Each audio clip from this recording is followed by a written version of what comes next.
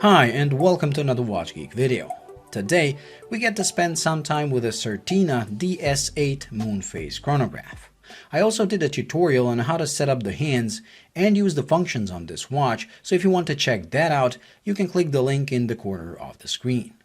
Certina is a mid-range Swatch Group brand that had their peak in the late 50s and early 60s when they made extremely shock-resistant dive watches. In fact, the turtle emblem on the caseback symbolizes that toughness and underwater abilities.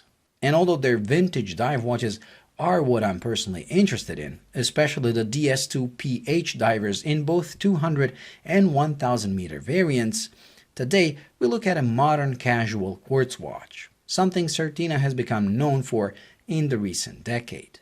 There's nothing wrong with this watch or the brand, it's just that I wish they looked more into their past for inspiration, as they made some very interesting watches in their heyday. This watch, the DS-8 Preci Drive, is powered by an ETA quartz movement that has been modified to feature an hour disc for the chronograph hours instead of a simple hand. This adds to the interesting look of the watch and certainly is an improvement over the standard ETA.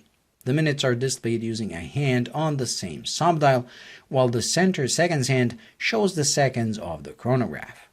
The 10 o'clock subdial features a true moon phase indicator with a 29.5-day moon cycle, with the ability to precisely display the exact day of the cycle.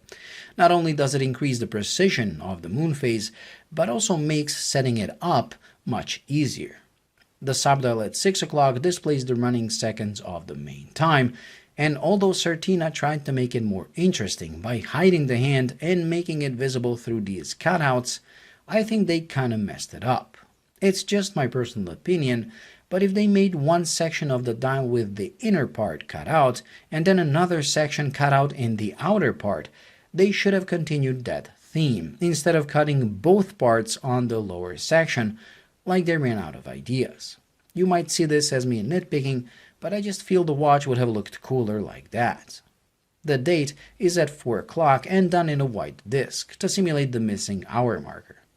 The quality of the dial in general is outstanding. There are almost no blotches or sloppy printing anywhere. The markers and hands are polished and sized proportionally, making for a very balanced looking watch. I especially love the discreet silver rings around the subdials that are invisible in most situations but come to life as you move the watch around. The flat sapphire crystal helps you to enjoy this effect, as it gives the illusion it's not even there most of the time. You'll almost feel you can reach inside and touch the dial. That's how clear it is. The quality extends past the dial itself, as the case and bracelet are very well made and finished. The case features polished sides and brushed tops, while the bracelet not only fits the case almost perfectly, but also comes with solid links, end links, and a milled butterfly clasp. The watch is pretty big for me personally, at 42mm in diameter and 51mm lug to lug. I mean, it's not too big per se, but being an almost all-dial design with a pretty thin bezel, it gives a very large look on the wrist. The thickness, though, of under 12mm combined with this amazing bracelet does make the watch wear very comfortably. A lot of watch enthusiasts dislike most of the Swatch Group brands for their lack of soul and independence and the very strict market positioning within the group.